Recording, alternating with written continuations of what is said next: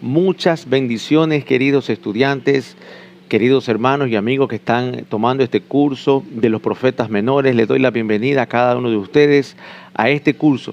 Les aseguro que será un tiempo maravilloso en el cual vamos a estar estudiando y aprendiendo no solamente la historia de los 12 libros de los profetas menores o el por qué son profetas menores, sino que vamos a tratar de entender el pensamiento de los profetas y bajo ese punto de vista del pensamiento de los profetas poder entender la pasión que ellos tenían para comunicar el mensaje de Dios. Yo considero que es importante y es apropiado estudiar el pensamiento de los profetas veterotestamentarios para comprender esa pasión, ¿no verdad? Y tratar de responder preguntas que normalmente los estudiantes tenemos, los estudiantes de la Biblia, tenemos nosotros referente a estos libros. ¿Qué entendemos por el día del Señor?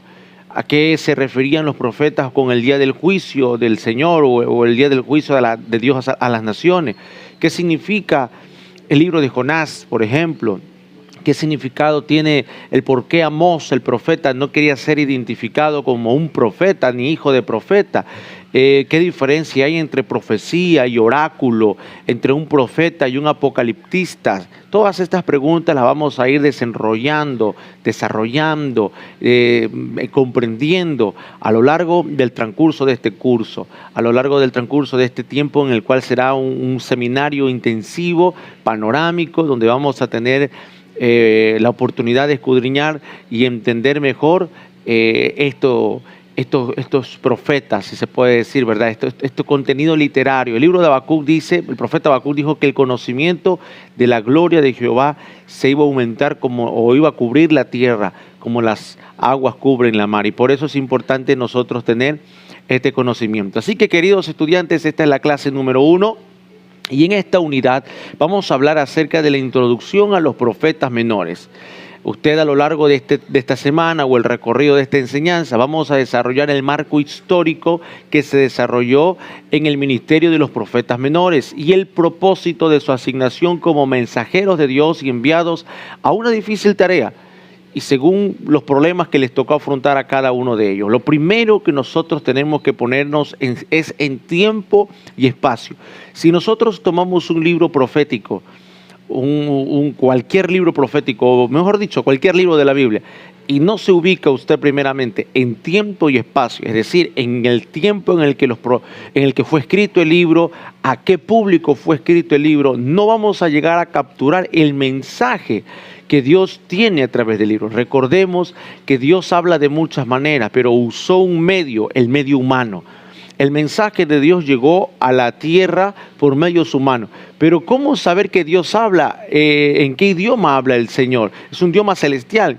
Pero Él habló, Él dejó su mensaje, es la palabra. Él dejó su mensaje en el corazón de unas personas y esas personas tenían que transmitirlo según su idioma, según su cultura, según su idiosincrasia, tenían que transmitir el mensaje. Entonces, el mensaje es el que hay que decodificar. El mensaje es el que hay que entender, hay que llegar a la comprensión para poder nosotros sacar la riqueza de lo que Dios quiere decir. La palabra de Dios es eterna y se aplica ayer, a hoy y por siempre. Lo que no se aplica es la cultura, lo que no se aplica es la idiosincrasia de la época y el método en el cual la palabra de Dios fue transcrita o fue comunicada. Entonces hay que entender, ubicarnos en tiempo y espacio. Ubicándonos en tiempo y espacio vamos a poder comprender mejor las cosas. Entonces, punto número 1, le voy a hablar en esta clase acerca del panorama de los reyes de Israel. Le voy a hablar también el orden cronológico de los profetas y le voy a hablar la diferencia entre un profeta y una profecía. Este va a ser el marco de la clase de este día para poder nosotros entender. Número 1, el panorama histórico de los reyes de Israel. Históricamente, vamos a comenzar desde la época de Moisés. Todos tenemos una idea de Moisés, ¿verdad? Después de la muerte de Moisés, ya está. La obra de Moisés es sacar a Israel del pueblo de Egipto, de servidumbre, Éxodo capítulo 3, usted ya se ubica ahí. Dios saca a Israel de Egipto, lo lleva por el desierto 40 años, lo prepara, lo forma. Por una parte ellos están ahí por la incredulidad de algunos, por otra parte Dios está trabajando un gran ejército, porque después de esos 40 años ya están víspera a la tierra prometida. Ya no es un Israel esclavo, ya no es un Israel amedrentado, ya es un Israel con un ejército formado, un ejército establecido bajo el mando de Josué. Él es el comandante en jefe ahora, y Moisés es el sacerdote espiritual o el profeta espiritual o el padre espiritual de todo. Muere Moisés, toma la batuta Josué entra a la tierra prometida, empieza a conquistar. Quiero que note esas transiciones que han habido en la historia de Israel. Josué se toma sus 7 u 8 años para conquistar la tierra prometida, reparte la tierra, pasa un tiempo, Josué muere, ahora Israel entra en una nueva transición. ¿Cuál es la transición? La transición de los jueces. Bajo el gobierno de los jueces está más o menos desde el año 1200 a 1020, más o menos un tiempo de 180 años en el que el gobierno de Israel estaba bajo el periodo de los jueces. Entonces, luego de ese periodo de transición de los jueces, viene la construcción de la monarquía, donde los personajes más notables, aquí ya vamos a encontrar a Samuel como el último profeta, juez y sacerdote, y a Saúl. Estos dos personajes entran en el parte del proceso de la formación de la monarquía de Israel. Ok, ya nos estamos ubicando, ¿verdad?, en tiempo y espacio. Entonces, esta edad de la monarquía, teológicamente o históricamente es conocida como la edad de oro de Israel. Y la edad de oro de Israel se compone por el reinado de David y Salomón. Cuando Saúl toma el reino, más o menos son 40 años que él gobierna, 20 y pico de años o casi 30 años gobierna él, y el otro tiempo lo reinó su hijo, ¿verdad? Y más o menos fueron 40 años el gobierno de la dinastía de Saúl. Pero no hubo ningún cambio, lo que hubo fue una transición, una preparación del pueblo para que se acostumbre a tener un rey. La edad de oro viene con David, donde dice la Biblia que David soyugó a todos los imperios, filisteos, árabes, egipcios, todos los alrededor, los soyugó, y es más, todas las naciones aledañas estaban sujetas a rendir impuestos a la nación de Israel. Israel prosperó, Israel creció, Israel desarrolló. Con el gobierno de David, David se convirtió como el buen pastor de todo Israel. Entonces no había espacio a la idolatría, no había espacio a la prostitución, no había espacio a los pecados deliberados. Habían pecados internos que eran tratados por Dios, tratados por los sacerdotes, pero dentro de lo que cabe era un gobierno de oro. Traspasado después de 40 años el gobierno a Salomón, Salomón también tuvo un gobierno de oro, ¿no verdad? A diferencia de David, su padre, que le tocó batallar el soyugamiento de las naciones, a Salomón le toca un tiempo de paz. Y en la época de Salomón surge un renacimiento literario, poético, y es donde se escriben los grandes libros poéticos que tenemos nosotros en la Biblia, Job, por ejemplo, Salmos, Proverbios, Eclesiastés y muchos libros más.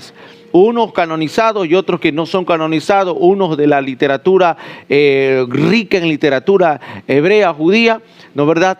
Y desde donde sale mucha cultura hacia el exterior. Se ignora, como es de costumbre, se ignora que la matriz de la sabiduría nace en las raíces hebreas. Se ignora eso. Hoy la gente mira a Confucio como el padre de la sabiduría oriental. Pero nuestra Biblia dice que mucha gente venía de los confines de la tierra a escuchar la sabiduría de un hombre llamado Salomón. Así que se cree, amados hermanos, que mucha sabiduría que anda ya por las regiones orientales, hinduistas, musulmanas, occidentales, tuvieron sus raíces en la sabiduría de Salomón. En los escritos que Salomón se tomó, son 40 años pues que se tomó, escritos y un auge a la literatura. Bien, entonces, amado hermano, Israel protagonizó una transformación casi total en su vida política y económica con el gobierno de David y con el gobierno de Salomón, política e intelectual.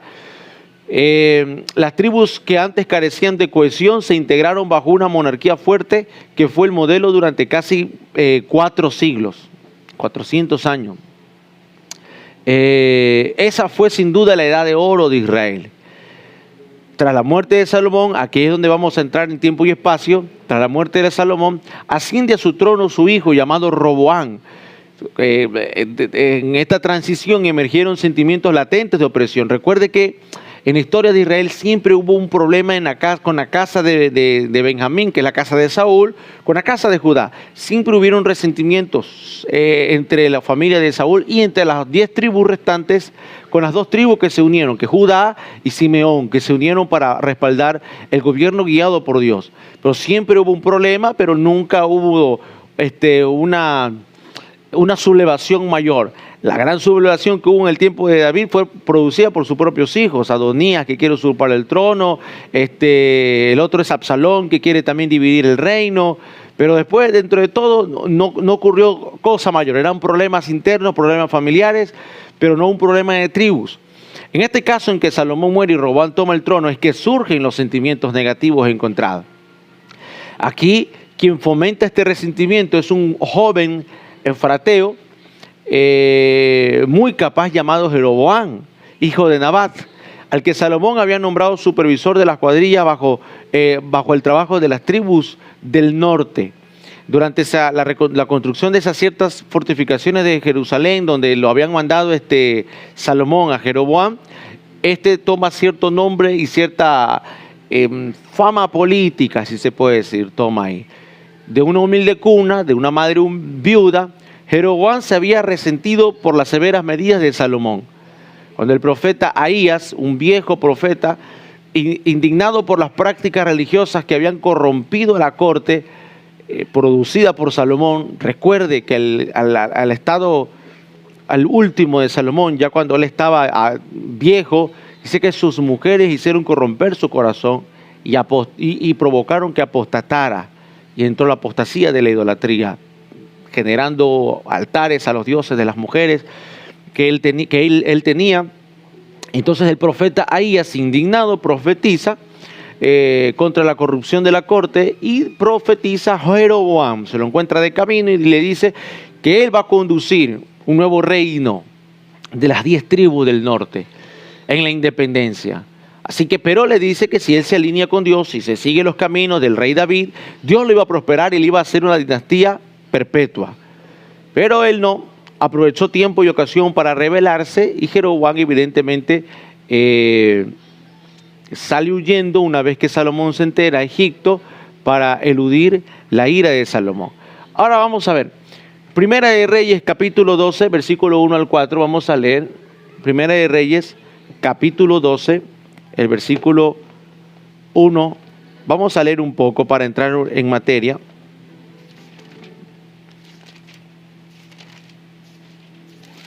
Ubique su Biblia. Si vamos a estudiar estos libros de los 12 profetas, aquí vamos a desarrollar o vamos a mantener la Biblia abierta. Si pudiera usted tener en su tablet o su computadora o varias versiones, fuera mucho mejor, porque se trata de estudiar desde diversos puntos o ángulos de versiones o traducciones bíblicas para encontrar un mejor enfoque. Primera de Reyes capítulo 12 dice que Roboam fue a Siquem, donde todo Israel se había reunido para proclamarlo rey.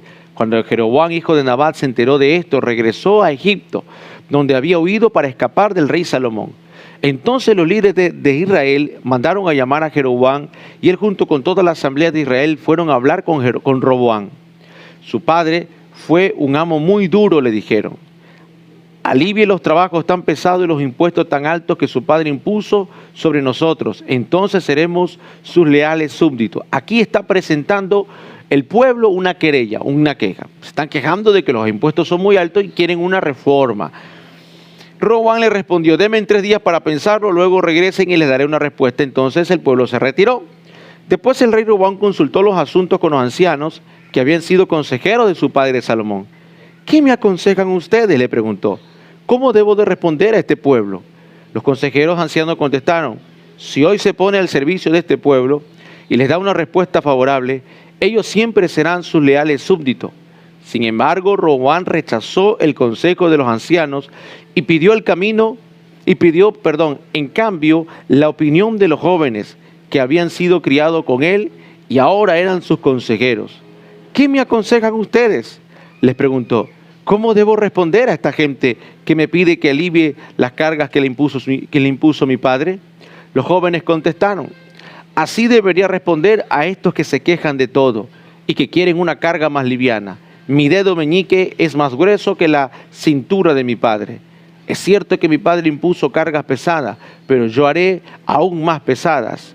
Mi padre los golpeaba con látigo, pero yo los azotaré con escorpiones.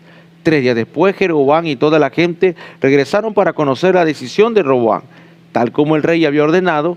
Entonces Roboam habló con dureza al pueblo porque rechazó el consejo de los ancianos y siguió el consejo de los más jóvenes. Así que le dijo al pueblo: mi padre les impuso cargas pesadas, pero yo las haré aún más pesadas.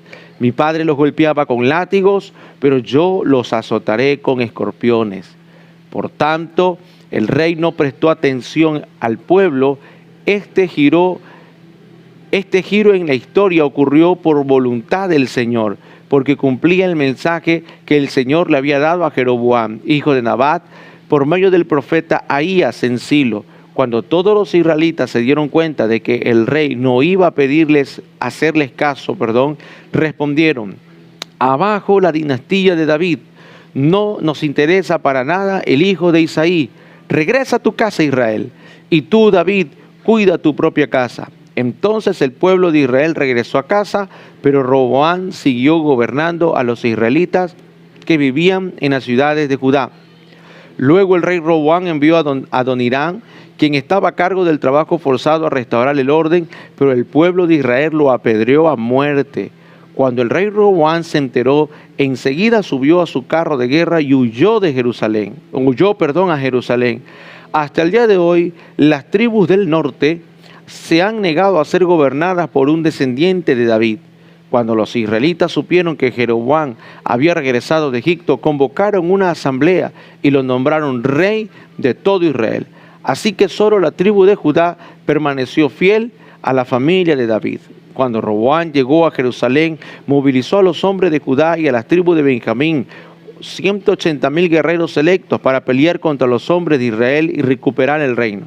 Ahora bien, Dios le dijo a Semaías, hombre de Dios: diles a Roboam, hijo de Salomón, rey de Judá, y también a toda la gente de Judá y de Benjamín y a todo el resto del pueblo: esto dice el Señor: no peleen contra sus parientes los israelitas, regresen cada uno a su casa, porque lo que ha sucedido es obra mía. Entonces ellos obedecieron el mensaje del Señor y cada uno volvió a su casa tal como el Señor lo había ordenado. Es importante, ¿por qué le leo esto? Porque es importante entender aquí la historia de Israel, la división del reino de Israel en el reino del norte y el reino del sur. El reino del norte, ahora llamado reino de Israel, y el reino del sur, llamado ahora reino de Judá. En el reino del norte comienza una dinastía gobernada por Jeroboam, su descendencia, y luego una serie de vicisitudes, golpes de estado que empezaron a ver. Mataron a la descendencia de Jeroboam, capitanes del ejército tomaron el gobierno de Israel, y unos se mataban a otros para tomar el gobierno y otros a otros, y era una especie de toma de gobierno por medio de la sangre. Ese fue el gobierno que vivió Israel. Jeroboam introdujo prácticas de idolatría, creó su propio sistema cultico, de sacerdotes, de templos, ritos semejantes a los del Arca del Pacto. Esto produjo una gran apostasía en el pueblo de Israel. Entonces, fíjese que los esfuerzos de Roboam para que se pudieran cumplir las demandas quedaron condenados al fracaso.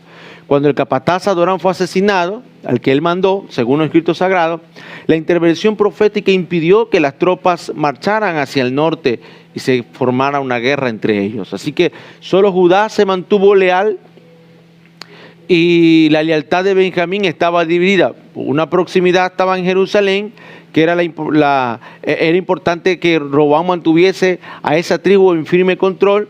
No obstante, Dios usó la obstinación y la falta de perspicacia de Roboam para aplicar en Judá un juicio largamente merecido. Ahora, ¿por qué pasó todo esto? Pues pasó, número uno, porque Salomón apostató, necesitaba un castigo, la dinastía de Salomón. Segundo, porque Roboam bíblicamente se dice que era un fusilánime, un rey que no tenía carácter, que rechazó el mensaje, el consejo de los ancianos y tomó el consejo de la juventud. Y no es que la juventud esté equivocada, es que hay que saber tener un equilibrio, porque estamos hablando de un rey, de un gobierno, ¿no verdad? Y los ancianos siempre portan sabiduría, la juventud porta energía, porta nuevas ideas, porta creatividad, pero siempre es necesario tener la sabiduría equilibrada de los ancianos.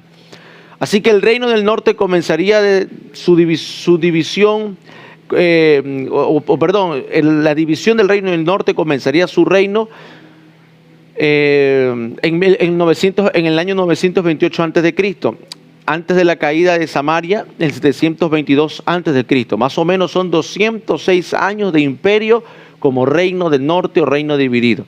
Los profetas menores que profetizaron en esa época en el reino del norte más o menos fueron Amós y Oseas. Bien, ya que vamos entrando en materia, el reino del sur o reino de Judá traza desde la edad de Roboam, 928 a.C., igualmente que el reino del norte, pero en cambio se disuelve hasta la deportación de Babilonia en el 586 a.C., un total de 342 años. Aquí están los enfoques. ¿Okay? Según la profecía de Jeremías capítulo 25, versículo 11 a 12, dice: toda esta tierra será puesta en ruinas y en espanto, y servirán estas naciones al rey de Babilonia 70 años. Esta es la profecía que Jeremías el profeta otorga cuando ya existe esta división, muchos años hayan pasado, y está pronto a ser deportados a Babilonia. Entonces él recibe la profecía de que habrán 70 años de exilio, de deportación, ¿no verdad? Y cuando se han cumplido los 70 años, dice: castigaré al rey de Babilonia y a aquella nación por su maldad, ha dicho Jehová, y a la tierra de los caldeos, y la convertiré en desierto para siempre. Así que no señalan los 70 años de cautividad de Babilonia o exilio, después de los cuales, con la caída de Babilonia y bajo el decreto del rey Ciro, comienza la diáspora, es decir, el retorno de los cautivos a la tierra. Listo. Ahora tenemos ya un panorama, ¿verdad?, de que de un preexilio, exilio y posexilio. Cómo estaba la situación política, social, religiosa en Israel, preexilio, exilio y posexilio. En el posexilio vemos un avivamiento que se produjo por el sacerdote Esdras, y luego la reconstrucción de los muros de Jerusalén con Nehemías, la reconstrucción del templo por su hermano de Zorobabel y el apoyo espiritual de los profetas Ageo y Zacarías, y finalmente tenemos el mensaje de Malaquías a un pueblo que se olvidó o que se volvió a perder de vista las convicciones de la fe. Ese es el panorama histórico de Israel para entender la introducción a los profetas. ¿Estamos de acuerdo con eso? Espero que sí. El segundo punto que quiero hablarle es el orden cronológico de los profetas menores. Es importante entender los imperios de la época, los imperios que sucumbieron en la época preexilio, exilio y posexilio. Ok. El imperio de la época preexilio de Israel, o sea, cuando ocurre esta división, ¿no verdad? Habían reinos alrededor, los reinos de los árabes, los reinos de los filisteos, los reinos de los egipcios, los reinos de, Moab, Edom, distintos reinos habían alrededor. Pero empezó a surgir un mover de potencias mundiales que no se había visto hace muchos años atrás, cientos de años atrás. La última potencia mundial que se vio fue Egipto. Egipto como potencia mundial, en la época en la que salió Israel de Egipto, en el desierto, ¿verdad? Egipto se convirtió en una potencia mundial. Era la nación más temida, la que gobernaba el mundo, si se puede decir. Con el paso de los años empezó a surgir nuevamente ese movimiento, ese nuevo orden mundial de imperios mundialistas. Y hubo un imperio conocido como el imperio asirio. Fue un imperio muy cruel. Era una civilización antigua que oscila entre los años 2500 a.C. hasta su desaparición o su desintegración en el año 609 a.C. Tenía como capital la ciudad de Nínive. Era una potencia brutal y agresiva. Potencia brutal en el sentido de que eran fuertes, agresivos, expansivos, y brutal en el sentido que eran como despiadados para conquistar. Tenían una forma muy despiadada. Ellos barrían con toda la cultura. Ellos intentaban borrar de las naciones que conquistaban culturas, políticas y religiones. Borraban completamente. Vamos a irnos adelantando cuando veamos el estudio de los profetas. Hay un profeta que identifica a Siria como un animal feroz de dientes filudos que devoran a sus moradores. Así era, devoraba todo, política, cultos, religiones, todo lo devoraba. Así que su participación en la historia de Israel fue llevar a cabo el juicio que Dios tenía previsto para dispersar el reino del norte. Finalmente fue conquistada por el creciente imperio babilónico. Dios utilizó al imperio asirio para desaparecer, comer, devorar a todo el reino del norte. Porque el reino del norte cometió muchos pecados, que vamos a ir estudiando conforme abramos cada libro. Muchos pecados. Eran tan terribles los pecados que cometían que Dios tuvo que permitir que otra nación más grande los devorara y los dispersara. Nunca más se volvieron a reunir ellos. Esas son las tribus dispersas hasta el día de hoy. El segundo imperio de la época, este es el imperio ya exilio, ¿verdad? Es el imperio babilónico. Es el imperio que lo relacionamos mucho con los habitantes del reino de Judá. Porque los habitantes del reino de Judá lo conocieron a partir del 586 a.C., luego de la toma de Jerusalén. Según la interpretación providencial, los miembros de las 10 tribus del reino de Israel merecieron peor suerte que aquellas conocidas por las 2 tribus del reino de Judá. Significativamente, ambas comunidades habían oportunamente sido advertidas por los profetas del periodo. Claro que sí, pues Jeremías lo profetizó, Ezequiel lo profetizó, varios profetas, entidades intentaron hablarle a los reyes que se entregaran a Babilonia, que se dejaran capturar, porque Babilonia tenía otro tipo de cultura. Babilonia no iba medrando, no iba arrastrando las culturas. No. Babilonia tenía una política impuestaria, de poner impuestos, de asfixiar con los impuestos, eso sí, pero permitía la libertad de culto. Permitía la libertad de culto, permitía el desarrollo económico de ellos. Si ellos desarrollaban, era la gloria de Babilonia. Babilonia no le gustaba matar gente por matar. Él se llevaba lo mejor de todo, los instruía. Este es el caso de Sadrach, Mesach y Abednego y el profeta Daniel. Los instruía, se los llevaba cautivos y los ponía a servir a la corte del rey.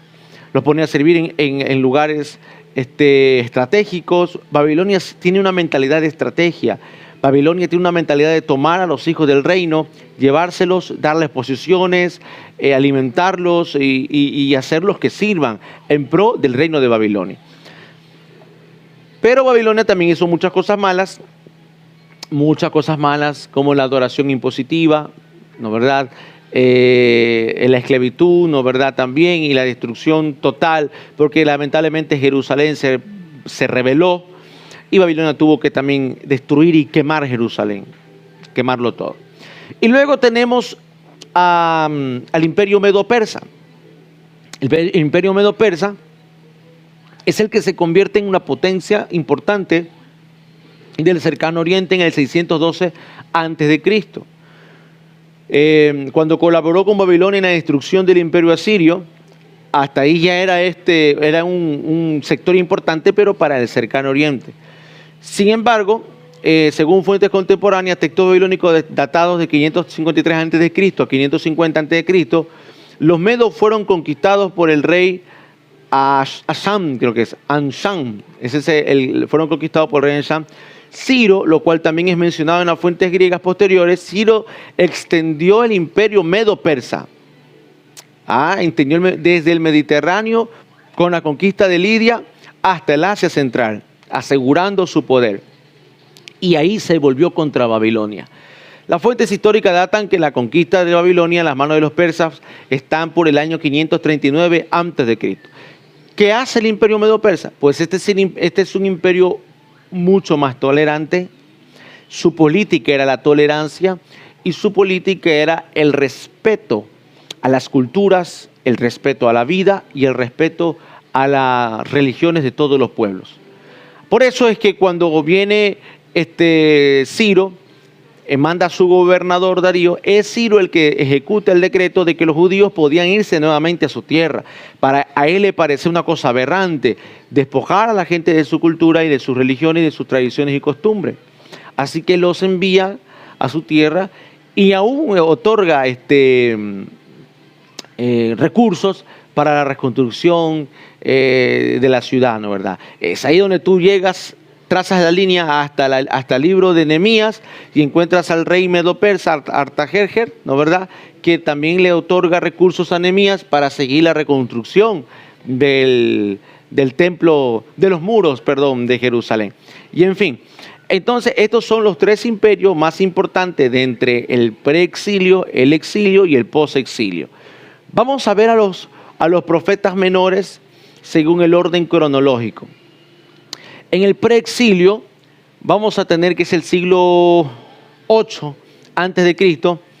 En el preexilio vamos a encontrar al profeta Abdías. Se dice que Abdías, históricamente se cree que Abdías es el primer profeta menor, es el que abre la puerta, es el más admirado, es el más respetado. Recordemos que en esa época, por causa de Samuel, crearon las llamadas escuelas de profetas, en donde los sacerdotes o los levitas, parientes, gente que tenía algún tipo de llamado y descendencia sacerdotal o algún tipo de llamado especial de parte de Dios, participaba y se inscribía en las escuelas de profetas y podía desarrollar profesionalmente una escuela profética o salir graduado, reconocido por una escuela profética. Es por eso que tú ves desde allá, desde Samuel hasta el tiempo de Eliseo, tú vas a ver que los hijos de los profetas eran llamados hijos de los profetas, discípulos profetas o parte de la escuela profética. Eran conocidos ahí y le dicen a Eliseo, se encuentra, cuando él captura, ¿no verdad?, el manto y es sucesor de Elías, se encuentra con estas compañías de profetas. Así que las escuelas de profetas de Samuel eran conocidas como compañía de profetas, hijos de profetas, etcétera, etcétera, hasta que llegamos al siglo 8 antes de Cristo. El profeta Abdías se cree que era un profeta muy respetado entre todas las escuelas de profetas y el que le da el inicio a la era de los profetas menores. Está Joel, el profeta Joel o Jael, según hebreo, que aparece en el reino de Joás. Está Jonás, que aparece en el reino de Jeroboam II. Está Amós, que aparece en el reino de Usías, rey de Judá, y el rey de Jeroboam II. Está el profeta Oseas, que es antes de que caiga la dinastía de Jehú. Está el profeta Miqueas, que profetiza en el reinado de Jotam, Acaz y Ezequías. En el siglo 7 antes de Cristo está el profeta Nahum, está el profeta Habacuc y el profeta Sofonías. En el posexilio ya encontramos al profeta Ageo, al profeta Zacarías. Esos son los profetas que acompañaron a Zorobabel después del decreto del rey Ciro, medo-persa, para la reconstrucción del imperio del reino de Israel nuevamente, o la reconstrucción de la ciudad de Israel. Finalmente, muy alejado, ya por los años 486 a los años 450, encontramos al profeta o al libro o a la profecía de Malaquías, el profeta de Malaquías. Muy bien, Entonces en los siglos en el siglo 9, siglo XIX, en el siglo 9, perdón, y siglo 10, vamos a hablar del siglo 9 o siglo 10 antes de Cristo. Con el llamado de Samuel comienza un nuevo periodo de profetismo, según el relato bíblico, como les acabo de mencionar. Debido a que coincide con la inauguración de la monarquía, puede inferirse en la interacción o en la intención que la intención era que el profeta fuese la voz de Dios o el portavoz de Dios para el rey. Entiéndase esto. Aquí vamos a comprender la función de un profeta en aquella época. Era que fuese una voz de Dios para con el rey. Así que sirve de apoyo a esta conclusión de que el fin de la actividad profética veterotestamentaria coincide aproximadamente con el fin de la monarquía israelita. Es decir, acabados los reyes, acabados los profetas. Si partimos del material bíblico, no podemos asociar un profeta específico a cada rey. Pero hay varios profetas sin nombre y una escuela de profetas, por lo cual parece razonable concluir que Dios tenía bocas para hablar a todos los reyes de Israel y de Judá. Así que las reacciones de los reyes a la actividad profética parecen apoyar esta afirmación. Quizás los reyes esperaban que algún profeta les trajera un mensaje del Señor, o que existe una evidencia o no hay una evidencia en que estos reyes se sorprendieran de que los profetas sean un grupo de loquitos por ahí que decían cosas en ectasismo o en misticismo. No. Ellos esperaban que un profeta viniera con palabra de parte de Dios. Así que los profetas de la monarquía y los primeros días de la monarquía dividida, a veces los profetas son llamados profetas orales y no escritores.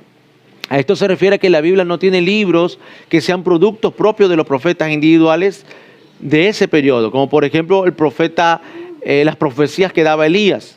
Por otro lado, los profetas de un periodo más tardío de la monarquía dividida son llamados profetas literarios. Estos son los que hablamos nosotros acá, los profetas escritores o los profetas con obra literaria. Sin embargo, estos son términos desafortunados porque no llegan a elucidar los hechos que se desprenden de las escrituras. Esto es hablando del siglo 9 y siglo 10. Cuando hablamos nosotros ya del siglo 8 y el siglo 7 antes de Cristo, es decir, más cercano al nacimiento de Cristo, o sea, al tiempo ya exilio, posexilio, sí, estamos hablando de ahí. Entonces, la profecía cambió notablemente, o la forma de profetizar, o la forma de Dios hablar cambió notablemente. Nótese que yo no estoy hablando aquí de valores absolutos. Lo único absoluto es la palabra de Dios, pero la transmisión de la palabra de Dios siempre es relativa, es decir, siempre está transicionando. La profecía en el siglo 8, 7, llegándonos antes de Cristo, o sea, estamos hablando de exilio, posexilio, se puede decir, cambió notablemente. Siglo 8 después, cambió. En general, los profetas del siglo 10 o el siglo 9 eran consejeros del rey. Puede que hayan tenido mensajes para el pueblo, pero buena parte de la evidencia indica que aconsejaban a los reyes, ya sea para animarlos o para seguir el camino del Señor o para mostrarles lo que sucedía más a menudo o amonestarlos por no hacer las cosas del Señor. Así que en el siglo 8 los profetas prestaron más atención a la gente, a la nación y en algunos casos a las naciones extranjeras. Vuelvo a repetir, notemos la forma que el mensaje divino es absoluto, pero las formas de hablar son transicionables. En el siglo X o en el siglo IX, en la monarquía, los profetas eran exclusivos consejeros de los reyes. Algo pasa en el exilio, algo pasa en las divisiones del reino, algo pasa cuando Israel está pronto a ser desertado. Algo pasa con Dios, porque Él es soberano. Él puede hablar como quiere, a quien quiere y cuando quiere. Entonces, esto es importante estudiar y notar y aprender, porque nosotros no podemos privatizar el don profético de Dios. No podemos decir que Dios opera de una manera en la cual nosotros creemos o nosotros consideramos que así debería de ser, porque simplemente así nosotros lo entendemos. No es así, queridos hermanos. Dios sigue siendo soberano, Dios sigue siendo dueño absoluto en sí mismo de su propia voluntad, y Él decide qué hace y qué no hace, cuándo lo hace. Así que aquí nosotros vemos a los profetas ya en el siglo 8 y en el siglo 7 antes de Cristo, amonestando ya no solo a los reyes, sino amonestando la conducta de la gente, al pueblo, a las naciones y en algunos casos a las naciones extranjeras. Así que junto con este cambio de oyentes vino la introducción a la profecía escrita. A su vez, los hijos de los profetas dejaron de ser tan prominentes, quizás por haberse tornado en una institución que el Estado las mantenía, ¿no es verdad? También existía una crítica considerable, surgió ahí, a los falsos profetas. Por lo tanto, parece razonable decir que había descendido la crisis de Israel y Judá hasta los ámbitos de lo profético. El reino del norte llegaría a su término dentro de ese siglo 7, siglo 8, más o menos, incluso dentro de la duración de la vida y en algunos casos de los ministerios de los profetas del siglo 8. El juicio de Dios estaba a punto de visitar el reino de Israel. Los reyes y líderes se habían sumergido tanto en el pecado que ya no había esperanza de salvación. Por eso los profetas dieron una clara voz de alarma esperando llevar a la gente al arrepentimiento. La redacción de las profecías parece ser una manera de llegar con el mensaje al grupo de oyentes más amplio, casi como así también a las generaciones futuras, hasta el día de hoy nosotros también, ¿no es verdad? Que nosotros podemos tomar esas profecías y aprender de ellas. Así que lo que sucedió en Israel en el siglo 8 se usó como una ilustración para Judá, para que Judá aprendiera a no cometer los mismos errores que cometió el reino del norte, su hermano, y les acarrea el mismo juicio a cada uno de ellos. Así que el fin llegaría a finales del siglo 7 y comienzos del siglo 8 más o menos. Por eso los profetas del siglo 7 compartían un sentido urgente de juicio. Nótese esto, los profetas del siglo 7 antes de Cristo compartían algo en común, un sentido urgente de juicio, y emitían un pedido renovado del arrepentimiento. Buscaban un movimiento renovador del arrepentimiento en todas las personas. Por eso era su mensaje y su lenguaje continuo del juicio viene, del día de Jehová. No era porque solo eran negativos, era un llamado, era un grito de arrepentimiento. Así que tenemos nosotros ahora el periodo exílico y el periodo posexílico. A final del reino del sur y con la destrucción de Jerusalén, esto estamos hablando de la deportación de Babilonia, el antiguo camino había llegado a su fin. Una buena parte del pueblo se encontraba cautiva y necesitaba esperanza y aliento para comenzar otra vez. Así que debía de recordársele el pacto del Señor que todavía estaba vigente, y Él cumpliría el propósito redentor en el mundo. En consecuencia, estos elementos abundaban en los profetas del siglo 4 y 5 antes de Cristo. Vamos a repetir. ¿Qué elementos abundaban en los profetas del siglo 4 y 5? Abundaban una necesidad de recordarles el pacto de Dios, que a pesar de estar cautivos, pues era una cuestión lógica, pues amado. 70 años exiliados en Babilonia. Los adultos ya quizás estaban muertos. Había una nueva generación que había olvidado completamente, en parte o completamente, en los pactos de Dios o el por qué habían llegado a Babilonia como cautivos, como exiliados. Así que los profetas tenían este sentir. Volvemos al punto de las transiciones, el punto en el que ellos tenían el enfoque del mensaje de una renovación del pacto, que todavía estaba vigente el pacto del Señor, que Dios tenía un propósito con el mundo que se tenía que cumplir, y que este era el mensaje, pues no, ¿verdad?, que sobreabundaban en los profetas del siglo IV y V. Al mismo tiempo, la creencia básica de Israel debían ampliarse. La manera de incluir al Señor como el Señor de todas las naciones, no solo de Israel. Es importante entender esto, porque cierta época, desde donde estamos nosotros estudiando ahora para atrás, el judío o el israelita o el hebreo creía que Dios tenía límites y que solo Dios se movía para ellos y en su territorio. Es ahí donde se puede creer que quizás Jonás llegó a entender que al irse ¿cómo se llama? De donde estaba él y huir a Tarsis, irse de Jope, perdón, y huir a Tarsis, era huir de la presencia de Dios porque creía en su cabeza que Dios solo estaba en Israel nomás. Bueno, se puede creer también de esa manera, pero en realidad el común es que la mayoría pensaban que Dios solo era el Dios de Israel y no era el Dios de todas las naciones. Pero la cosmovisión comenzó a cambiar en esta época post-exilio. Comenzó a renovarse el entendimiento de que Dios es el Señor de todas las naciones y no solo de Israel. Así que la revelación de su propósito, inclusive su naturaleza dual, como lo expresa el pacto original con Abraham, debía aclararse. Israel continuaría distinguiéndose de las naciones o los gentiles de todo el mundo. Israel tenía que marcar la palabra santidad, que significa diferente. Tenía que marcarse una diferencia. Sin embargo, el propósito del Señor era traer las naciones para que le adoren y aprendan sus preceptos de Israel. A medida que esto iba haciéndose más claro, aumentaba las referencias a los días postreros o a aquellos días. Esas eran las palabras, días postreros o aquellos días. Así que el estudio de los eventos que culminarían con el fin de la era y los hechos subsiguientes de la escatología cobró mayor importancia.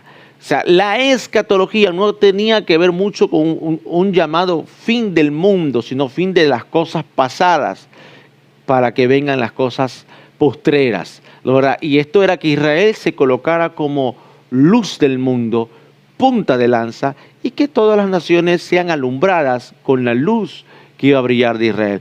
Esto se entiende escatológicamente con el nacimiento de Cristo. Cristo es la luz del mundo. ¿Pero de dónde nació? De Israel. La salvación viene de los judíos, dijo el apóstol Pablo. Así que se entiende mejor que la escatología dada por los profetas menores era ese enfoque. Un cambio de días oscuros, antiguos, a una luz en la cual Israel tenía que apuntarse alto para brillar a todas las naciones. Así que los profetas post-exilios animaron a la reconstrucción del templo, la restauración del trono y el reinado de David y la reanudación del aparato cultico que ayudó a preservar la identidad particular de Israel. Pero esto sugiere que ni siquiera esto sería el cumplimiento máximo del propósito redentor de Dios. Más allá de un futuro inmediato, aguardaban tribulaciones al pueblo de Israel, persecuciones hasta otra destrucción de Jerusalén. La destrucción de Jerusalén más adelante venía después de que el imperio griego tomó, el helenismo conquistó todo, ¿no es verdad? Viene el sangriento creciente desarrollo del imperio romano. Que el libro deuterocanónico de los Macabeos nos proporciona datos históricos de lo que Antíoco Epífano, un personaje del Imperio Romano, hizo en el templo de Jerusalén, en este segundo templo de Jerusalén que se construyó en esta época de posexilio.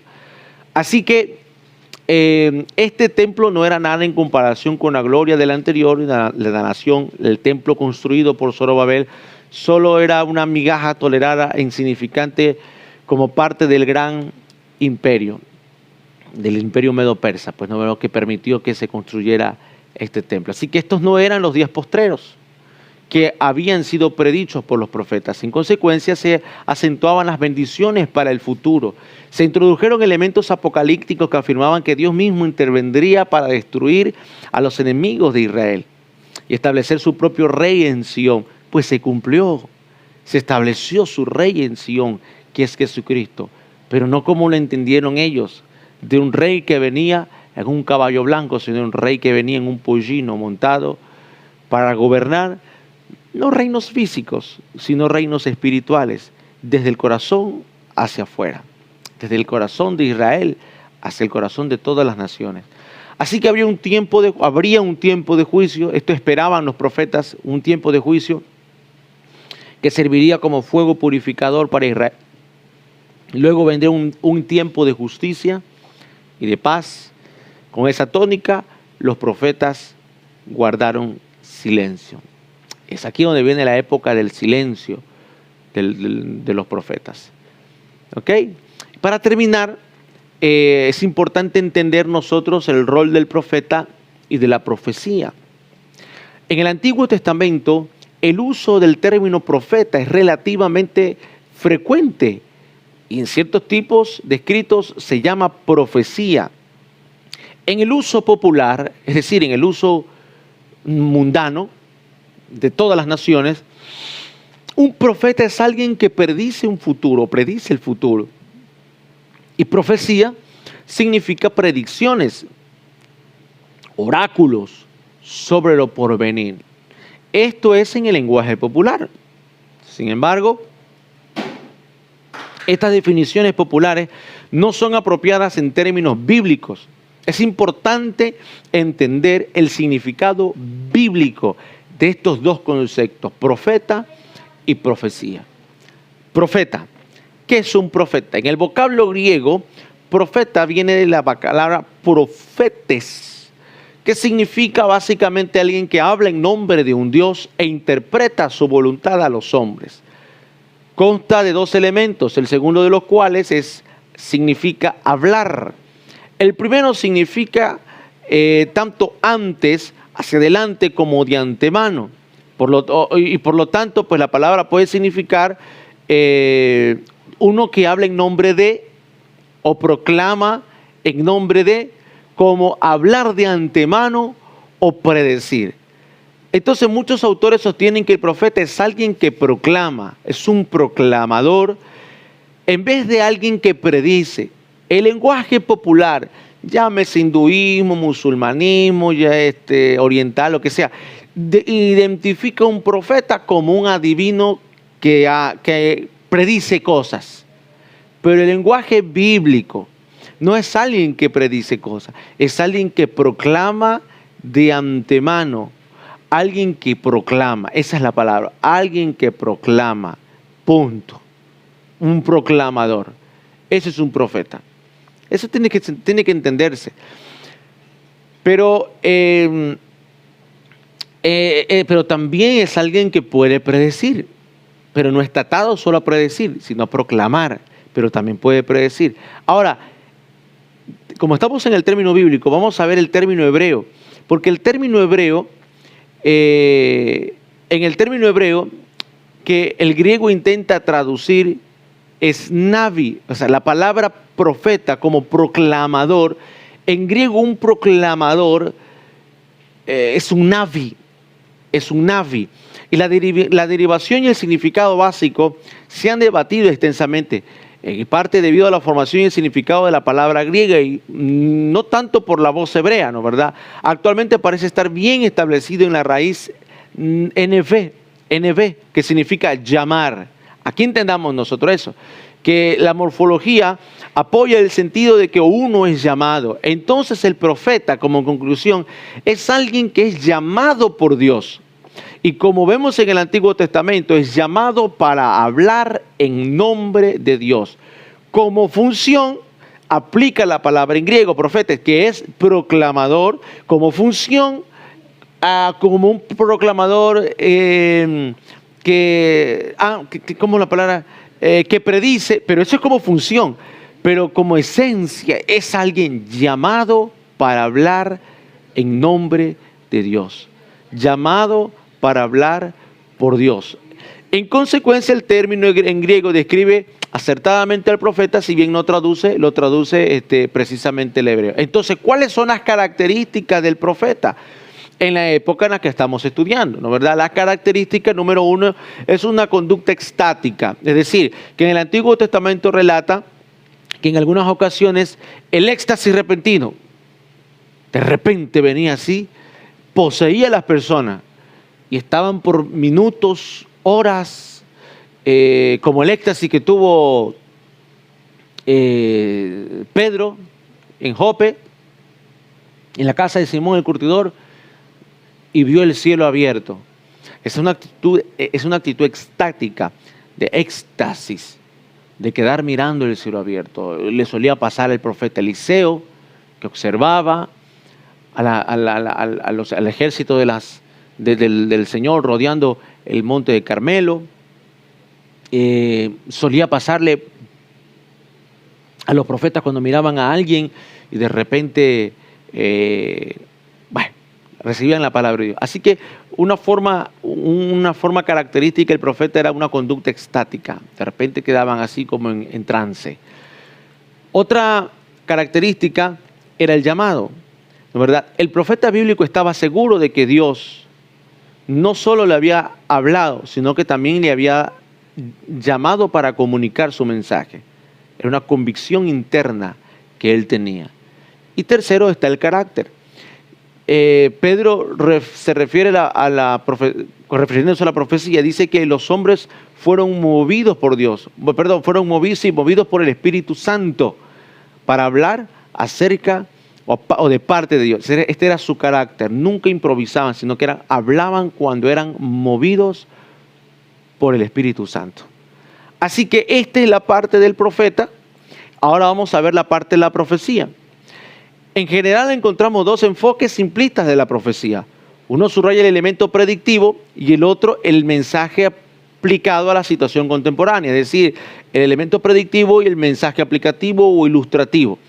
Así que la profecía bíblica están presentes ambos elementos. Número uno, el mensaje de Dios para la situación actual.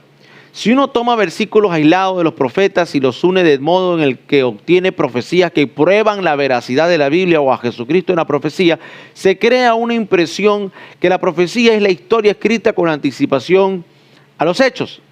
Sin embargo, cuando no se estudia a los profetas, este concepto romántico se disipa rápidamente.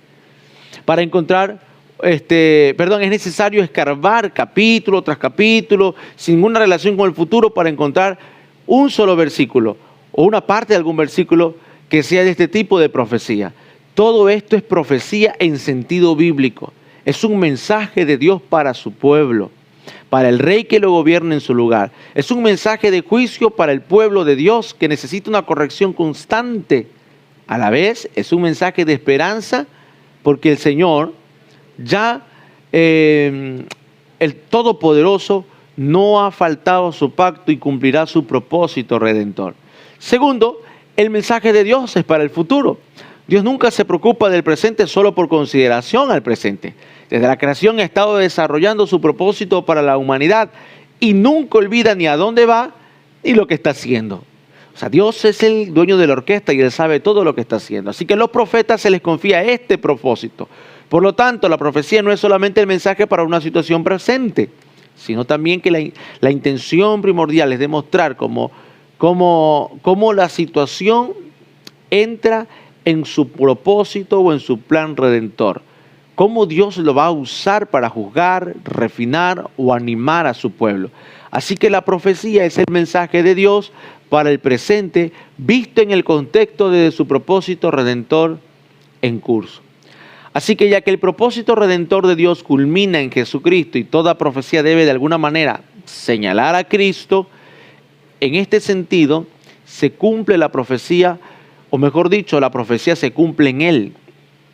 Puede ser que esto no sea lo que se entiende comúnmente como cumplimiento de profecía, pero es la definición que se deriva apropiadamente de la evidencia bíblica. La profecía es una ventana que Dios abre para su pueblo mediante sus siervos, los profetas. A través de ella uno puede ver más el propósito redentor de Dios de una manera posible, de otro modo o de otro modo. ¿Ya? El Señor nos da una comprensión mayor de lo que ha hecho por su pueblo, con su pueblo y mediante su pueblo en el pasado. Y una comprensión más clara de su propósito para el presente, aunque no satisfaga las demandas insaciables de detalles específicos del futuro, sin embargo, nos da una percepción clara de dónde está llevando Dios a la humanidad y las obligaciones consecuentes que recaen sobre su pueblo. Esta es la introducción, mis queridos hermanos, acerca de los profetas y el contexto de lo que significa una profecía.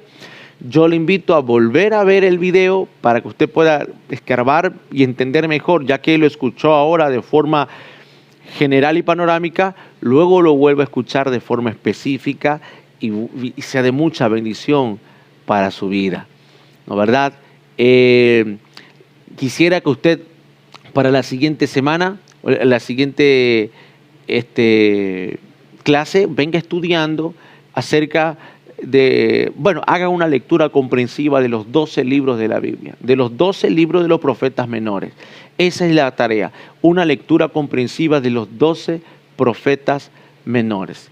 Y la semana que viene vamos a hablar, la siguiente clase, acerca del profeta Abdías y el profeta Joel.